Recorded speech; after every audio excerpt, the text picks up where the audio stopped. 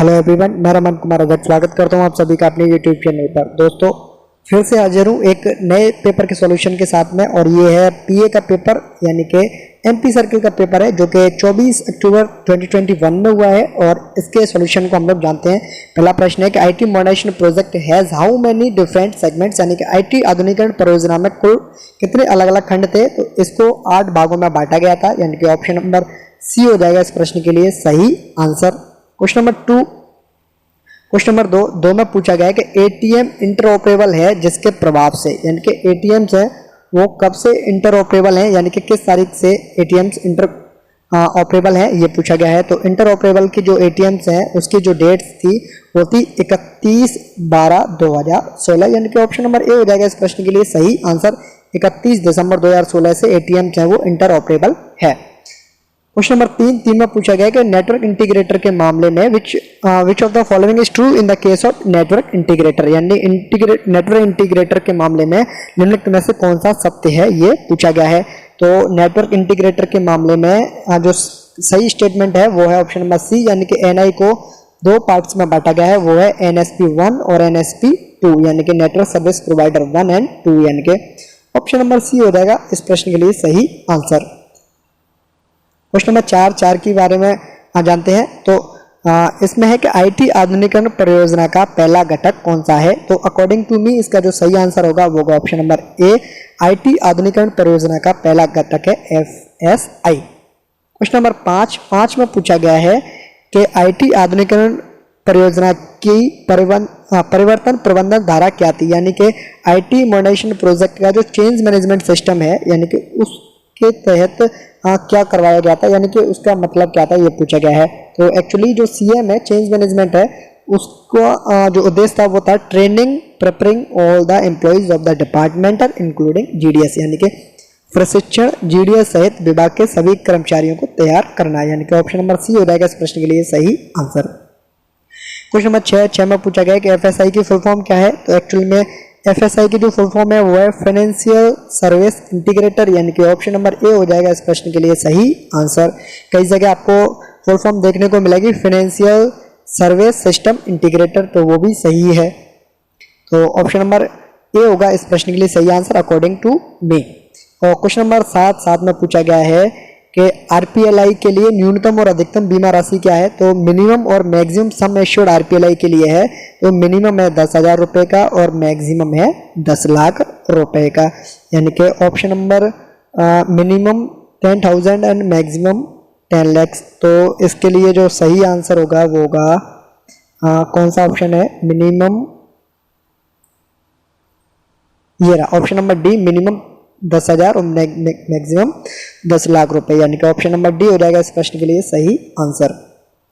Question number 8 में पूछा गया है कि in respect of children policy the child age should be, यानी कि जब चिल्ड्रन पॉलिसी लेते हैं, बाल जीवन बीमा लेते हैं, तो उस समय बच्चे की जो उम्र है वो किस आयु वर्ग में होनी चाहिए। तो बच्चे की जो एज है वो मिनिमम 5 वर्ष और मैक्सिमम 20 वर्ष होनी चाहिए, यानी कि 5 से 20 वर्ष का बच्चा होना चाहिए अगर किसी को चिल्ड्रन पॉलिसी लेनी है अपने बच्चे के लिए, तो यानी कि ऑप्शन नंबर डी होगा इस प्रश्न के लिए सही आंसर। क्वेश्चन नंबर 9 में पूछा गया है कि युगल सुरक्षा पॉलिसी है, युगल सुरक्षा पॉलिसी है उसके लिए अवधि क्या होती है। फॉर युगल सुरक्षा टर्म पीरियड क्या होता है। तो उसके लिए मिनिमम होता है 5 साल और मैक्सिमम होता है 20 ईयर्स, यानी कि ऑप्शन नंबर बी होगा इस प्रश्न के लिए सही आंसर।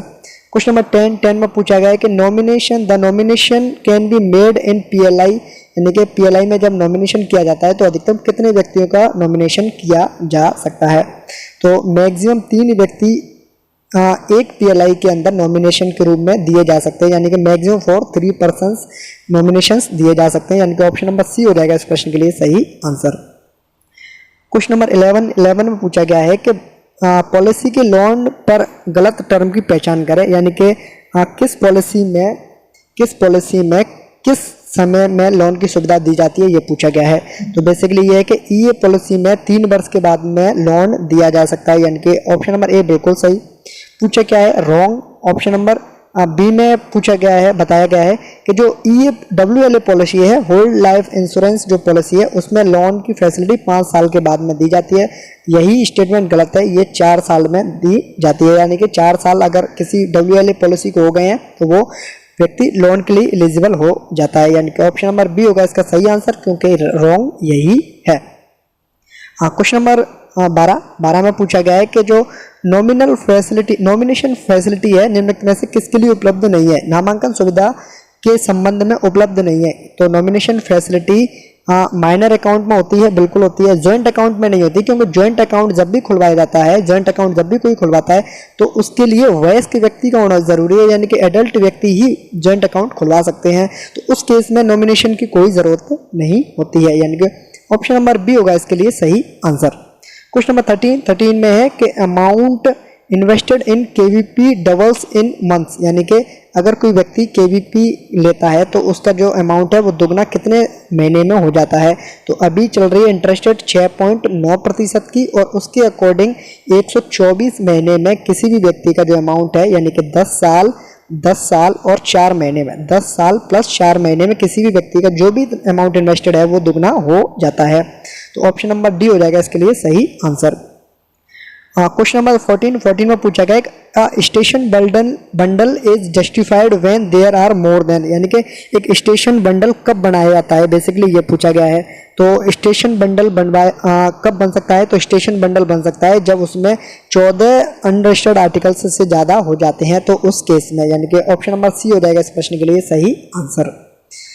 नेक्स्ट क्वेश्चन नंबर 15 में पूछा गया है कि एक लेटर को letter posted insufficiently prepaid is charge on delivery as follows, यानी कि अगर एक लेटर को अपर्याप्त रूप से प्रीपेड पोस्ट किए गए एक पत्र को डिलीवरी पर निम्नानुसार चार्ज किया जाता है। बेसिकली यह है कि अगर किसी आर्टिकल को लेटर को अगर किसी व्यक्ति ने लेटर को इनसफिशिएंटली पेड, यानी कि आधे अधूरे भुगतान के साथ में पोस्ट कर दिया है, तो उनसे डिलीवरी के समय में जिस व्यक्ति को ये आर्टिकल डिलीवर्ड होगा, लेटर डिलीवर होगा, वो व्यक्ति कितना चार्ज पे करेगा, बेसिकली ये पूछा गया है। तो यानी कि इस पर डबल पोस्टेज चार्ज किए जाते हैं, यानी कि अगर किसी व्यक्ति ने 1 रुपये कम पोस्टेज अगर पेमेंट की है तो उनसे 2 रुपये लिए जाएंगे, यानी कि double the amount of deficiency, यानी कि ऑप्शन नंबर सी हो जाएगा इस प्रश्न के लिए सही आंसर। क्वेश्चन नंबर 16 में पूछा गया है कि premature withdrawal is allowed in Sukanya Samriddhi account after the girl attains the age of. Sukanya Samriddhi account में जो प्री मैच्योर विड्रॉल है वो अलाउ किया जाता है जब जो गर्ल चाइल्ड है, यानी कि जो बच्ची है उसकी एज ऐसे अकाउंट को प्री मैच्योर क्लोज करवा सकते हैं। कब करवा सकते हैं? जब लड़की की उम्र 18 साल की हो जाती है उस समय पर करवा सकते हैं, यानी कि ऑप्शन नंबर सी हो जाएगा इस प्रश्न के लिए सही आंसर। क्वेश्चन नंबर 17 में पूछा गया कि memorandum distribution of work MS11 is issued by, यानी कि जो MS11 है वो किनके द्वारा इशू की जाती है, तो ये इशू की जाती है डिविजनल सुपरिटेंडेंट के द्वारा, यानी कि वहाँ पर शब्द लिखा हुआ है सुपरिटेंडेंट, तो सुपरिटेंडेंट डिवीजन सुपरिटेंडेंट इसके लिए सही आंसर माना जाएगा, यानी कि ऑप्शन नंबर डी हो जाएगा इस प्रश्न का सही आंसर। क्वेश्चन नंबर 18 में है कि preservation period of nominal roll is, यानी कि जो नाम मात्र की सूची है उसकी परिरक्षण अवधि क्या है, ये पूछा गया है। तो इसको परमानेंट रूप से इसे प्रिजर्व करके रखा जाता है, यानी कि ऑप्शन नंबर डी हो जाएगा इस प्रश्न का सही आंसर। क्वेश्चन नंबर 19 में पूछा गया है कि एमओ बिकम्स वॉइड, यानी कि जो मनी ऑर्डर्स हैं वो वॉइड कब हो जाते हैं, तो अकॉर्डिंग टू मी इसका जो सही आंसर होगा वो होगा at the end of the month following the month of its issue, यानी कि ऑप्शन नंबर सी हो जाएगा इस प्रश्न का सही आंसर। क्वेश्चन नंबर 20 में पूछा गया कि एसओ डेली अकाउंट को किस फॉर्म में या किस फॉर्मेट में बनाते हैं, तो एसओ डेली अकाउंट को MS22 या AGC22 ACG22 फॉर्मेट में बनाते हैं, यानी कि ऑप्शन नंबर बी हो जाएगा इस प्रश्न का सही आंसर। में पूछा गया है क्वेश्चन नंबर 21 में पूछा गया है कि PPF account is opened with minimum amount of rupees, यानी कि PPF खाते को PPF का जो खाता है उसे न्यूनतम कितने रुपए से खोल सकते हैं, ये पूछा गया है। तो PPF के खाते को मिनिमम 500 रुपए से खोल सकते हैं, यानी कि ऑप्शन नंबर सी हो जाएगा इस प्रश्न का सही आंसर। क्वेश्चन नंबर 22 में पूछा गया कि transit bags must always be closed and sealed in the presence of, यानी कि जो ट्रांजिट बैग्स हैं उनको हमेशा किन की उपस्थिति में बंद और सील किया जाना चाहिए, तो ये in the presence of HSA head sorting assistant, mail guard और मेल एजेंट के प्रेजेंस में ही बंद किए जाते हैं, यानी कि ऑप्शन नंबर सी हो जाएगा इस प्रश्न का सही आंसर। नेक्स्ट क्वेश्चन नंबर 23 में आप पूछा गया कि territorial money order should be prepared when the number of money order exceeds. तो ये आउट ऑफ द सिलेबस है और इसका आंसर एक्चुअल में अब मेरे पास भी नहीं है फिलहाल के लिए, और इसका अगर आपको पता है तो आप लोग कमेंट बॉक्स में इसका आंसर कर सकते हो। नेक्स्ट क्वेश्चन नंबर 24 में पूछा गया है कि if an unpaid and underpaid registered article under foreign post is tendered at the counter. Basically ये कि फॉरेन पोस्ट के जो आर्टिकल्स होते हैं, फॉरेन पोस्ट के जो रजिस्टर्ड आर्टिकल्स होते हैं, अगर उन्हें कोई व्यक्ति भेजता है, यानी कि कोई अगर व्यक्ति फॉरेन पोस्ट के लिए रजिस्टर्ड आर्टिकल्स भेजना चाहता है तो वो फुली पेड ही होने चाहिए। Unpaid and underpaid articles accept ही नहीं किए जाते हैं। तो इसका जो सही आंसर होगा it can not be registered and refused, यानी कि ऑप्शन नंबर ए हो जाएगा इस प्रश्न का सही answer. It can not be registered and refused. Question number 24 के बाद में क्वेश्चन नंबर 25 में है कि live mail survey is carried out in. Live mail सर्वेक्षण कब किया जाता है? तो ये मंथली किया जाता है, यानी कि ऑप्शन नंबर बी हो जाएगा इसका सही आंसर। क्वेश्चन नंबर 26 में पूछा गया मार्क करेक्ट ऑप्शंस, सही कथन को चुनना है। तो ऑप्शन नंबर ए में है कि for the purpose of bag account post office is the unit bag office. Option number A बिल्कुल गलत है। ऑप्शन नंबर बी में है कि memorandum of authorize bag balances issued by senior superintendent of the post office और RMS office. तो ये भी जो ऑप्शन है वो भी गलत है। ऑप्शन नंबर सी में है कि diagram of a sorting case is prepared by SRM. Option number C सही है अकॉर्डिंग टू मी, इसका सही आंसर होगा वो ऑप्शन नंबर सी। 27 में पूछा गया the wait limit of book pattern and sample packet is. तो जो book pattern and sample packets होती हैं उनके लिए जो मैक्सिमम वेट लिमिट होती है वो होती है 2 किलोग्राम, यानी कि ऑप्शन नंबर बी हो जाएगा सही आंसर। बुक पैकेट के लिए मैक्सिमम वेट होता है 5 kg, book pattern and sample packets के लिए होता है 2 kilogram. Option number B is the correct. Question number 28 में पूछा गया कि parcel can be booked at BO is, यानी कि अगर बीओ से कोई पार्सल बुक किया जाता है तो उसका अधिकतम बार कितना हो सकता है? तो उसका अधिकतम बार हो सकता है 10 kg, यानी कि ऑप्शन नंबर डी हो जाएगा इसका सही आंसर। क्वेश्चन नंबर 29 में पूछा गया कि पार्सल की अधिकतम आकार सीमा क्या है? तो मैक्सिमम साइज लिमिट होती है पार्सल की, वो होती है लंबाई 1 मीटर और लेंथ प्लस गर्थ, यानी कि लंबाई प्लस जो डेप्थ यानी कि गहराई की बात करेंगे तो उसके लिए जो लिमिट्स होती हैं वो होती हैं 1.80 मीटर्स, यानी कि ऑप्शन नंबर ए हो जाएगा इसका सही आंसर। क्वेश्चन नंबर 30 में पूछा गया है कि BP article can be booked up to, यानी कि जो वैल्यूएबल आर्टिकल्स हैं उनको कितने रुपए तक बुक किया जा सकता है? तो इसके लिए जो अमाउंट लिमिट है वो है 5000 रुपये की, यानी कि ऑप्शन नंबर बी हो जाएगा इसका सही आंसर। क्वेश्चन नंबर 31 में पूछा गया है कि फर्स्ट क्लास की मेल्स कौन कौन सी होती हैं? तो letters, post cards and letter cards are the first class mails, यानी कि ऑप्शन नंबर सी हो जाएगा इसका सही आंसर। क्वेश्चन नंबर 32 में पूछा गया कि अब बुक पैकेट में भी कंटेन, तो एक बुक पैकेट में नॉट कंटेन, यानी कि एक किताब के पैकेट में क्या नहीं हो सकता है? तो इसमें रिटन कम्युनिकेशंस अलाउड नहीं होते हैं, तो ऑप्शन नंबर सी हो जाएगा इसका सही आंसर। क्वेश्चन नंबर 33 में पूछा गया कि ईएमएस जो वर्ड हम लोग यूज करते हैं इसका मतलब क्या होता है? तो इसका मतलब होता है एक्सप्रेस मेल सर्विस, यानी कि ऑप्शन नंबर बी हो जाएगा इसका सही आंसर। क्वेश्चन नंबर 34 में पूछा गया कि if an article is refuse it will be kept in post office for, अगर किसी आर्टिकल को 7 दिन के बाद में भी इंटीमेशन देने के 7 दिन बाद भी रिफ्यूज कर दिया जाता है तो उस आर्टिकल को पोस्ट ऑफिस में कितने समय तक रखा जाता है? तो अगर उसके लिए कोई एप्लीकेशन नहीं दी जाती है तो उसे further return to sender immediately कर दिया जाता है, यानी कि ऑप्शन नंबर बी हो जाएगा इसका सही आंसर। क्वेश्चन नंबर 35 में पूछा गया कि इंटरनेशनल रजिस्टर्ड आर्टिकल के केस में कंपनसेशन कितनी दी जाती है? तो उस केस में कंपनसेशन दी जाती है 30 SDR, यानी कि ऑप्शन नंबर ए हो जाएगा इस प्रश्न के लिए सही आंसर। क्वेश्चन नंबर 36 में पूछा गया कि NBBS का पूरा नाम क्या है? तो इसका नाम होता है नेशनल बिल मेल सर्विस, यानी कि ऑप्शन नंबर बी हो जाएगा इसका सही आंसर। क्वेश्चन नंबर 37 में पूछा गया कि भारत वर्ष में APPU में शामिल हुआ, यानी कि India join APPU in which year, यानी कि इंडिया ने APPU को कब ज्वाइन किया था? तो 1973, यानी कि 1973 में 1973 में इंडिया ने APPU Asian Pacific postal union को ज्वाइन किया था, यानी कि ऑप्शन नंबर सी हो जाएगा इसका सही आंसर। क्वेश्चन नंबर 38 में पूछा गया है कि UPU का पूरा नाम क्या है? ये पूछा गया है। तो UPU का पूरा नाम है वो है यूनिवर्सल पोस्टल यूनियन, यानी कि ऑप्शन नंबर बी हो जाएगा इसका सही आंसर। क्वेश्चन नंबर 39 में पूछा गया है कि article except BP addressed at post assistant are detained in the post office of the delivery for the period not exceeding, यानी कि BP आर्टिकल्स को छोड़ करके अगर किसी आर्टिकल पर पोस्टल रेस्टोरेंट लिखा हुआ है तो उन्हें पोस्ट ऑफिस में, डिलीवरी पोस्ट ऑफिस में अधिकतम कितने समय के लिए रख सकते हैं? तो इनको रख सकते हैं 1 मंथ के लिए। अगर बीपी आर्टिकल का पूछा जाता तो उसका सही आंसर होता 7 डेज।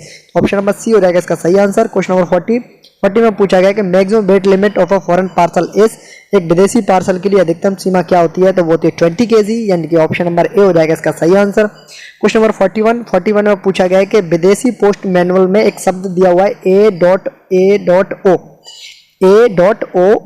ये शब्द दिया हुआ है, यानी कि इसकी फुल फॉर्म क्या है ये पूछा गया है। बेसिकली इसकी जो फुल फॉर्म है उसका मीनिंग होता है अदर सब्जेक्ट्स, यानी कि ऑप्शन नंबर बी हो जाएगा इसका सही आंसर। क्वेश्चन नंबर 42 में पूछा गया है कि एरोग्राम का मैक्सिमम वेट कितना होना चाहिए?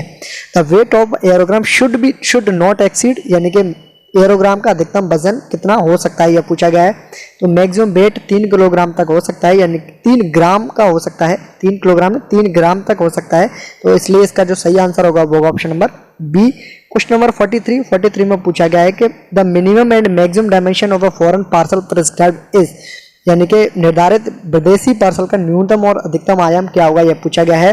तो थोड़ा सा ध्यान देने वाली बात यह है कि मैक्सिमम और मिनिमम की बात करें तो मिनिमम तो इसकी जो डायमेंशंस होती हैं वो होती है 90 × 140 mm, ये करेक्ट है।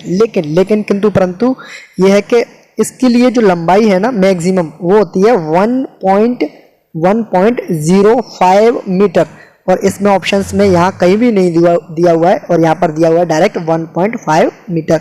एक्चुअल में जो उसका जो सही आंसर होगा वो होगा 1.05 मीटर, यानी कि option number D none of the above होगा इसका सही आंसर। 43 को थोड़ा सा ध्यान से देखना है। क्वेश्चन नंबर 44 में पूछा गया है कि मार्क करेक्ट ऑप्शन, सही कथन को चुनना है।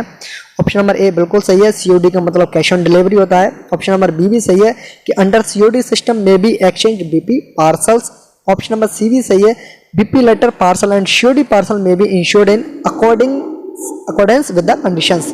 तो ऑप्शन नंबर डी हो जाएगा इसका सही आंसर। सभी स्टेटमेंट बिल्कुल सही दिए हुए हैं। क्वेश्चन नंबर 45 में पूछा गया है कि what is the minimum number of article required for prepare and insured bundle. अगर इंश्योर्ड बंडल बंद करना है, नियमित बंडल तैयार करना है, तो उसके लिए न्यूनतम कितने आर्टिकल्स होने चाहिए? तो उसके लिए न्यूनतम 1 आर्टिकल होना चाहिए, और उससे ज्यादा हो सकते हैं, यानी कि ऑप्शन नंबर ए हो जाएगा इसके लिए सही आंसर। क्वेश्चन नंबर 46 में पूछा गया है कि minimum quantity of pieces can be accepted under direct post. Direct post के अंतर्गत न्यूनतम कितने आर्टिकल्स को, कितने पीसेस को स्वीकार किया जाता है? तो न्यूनतम 1000 आर्टिकल्स या न्यूनतम 1000 पीसेस होने ही चाहिए डायरेक्ट पोस्ट के केस में। ऑप्शन नंबर ए हो जाएगा इसके लिए सही आंसर। क्वेश्चन नंबर 47 में पूछा गया कि दर्पण का अर्थ क्या है? तो दर्पण का पूरा नाम है digital advancement of rural post office for a new India. Option number ए हो जाएगा इसके लिए सही आंसर। क्वेश्चन नंबर 48 में पूछा गया है कि निम्नलिखित में से किस कंपोनेंट के लिए, किस घटक के लिए कुल परियोजना लागत सबसे अधिक है? तो इसके लिए एक्चुअल में इसका ऑथेंटिक सोर्स कुछ भी नहीं है मेरे पास में, और लेकिन इसका जो सही आंसर अकॉर्डिंग टू मी जो होगा वो होगा network integrator. Option number D होना चाहिए अकॉर्डिंग टू मी इसका सही आंसर। क्वेश्चन नंबर 49 में पूछा गया है कि आईटी आधुनिकीकरण परियोजना के तहत सीबीएस का पूरा नाम क्या है? तो सीबीएस का पूरा नाम है वो है core banking solution. Option number B हो जाएगा इसका सही आंसर। क्वेश्चन नंबर 50 में पूछा गया है कि what is the total amount approved for IT modernization project of department of post. तो डाक विभाग की आईटी आधुनिकीकरण परियोजना के लिए स्वीकृत कुल राशि थी 4909 करोड़ रुपए, यानी कि 4909 रुपए करोड़ों में 4909 करोड़ रुपए इसके लिए टोटल लागत अप्रूव की गई थी। ऑप्शन नंबर डी हो जाएगा इसके लिए सही आंसर। और इसी नोट पर हम लोगों ने डिपार्टमेंट के 50 क्वेश्चंस को कर लिया सॉल्व। बाकी के क्वेश्चंस अगर डाउट्स हैं तो आप लोग पर्सनली व्हाट्सएप करके पूछ सकते हो। और इसी नोट पर इस वीडियो को करता हूं मैं एंड। ये है इस वीडियो का। धन्यवाद।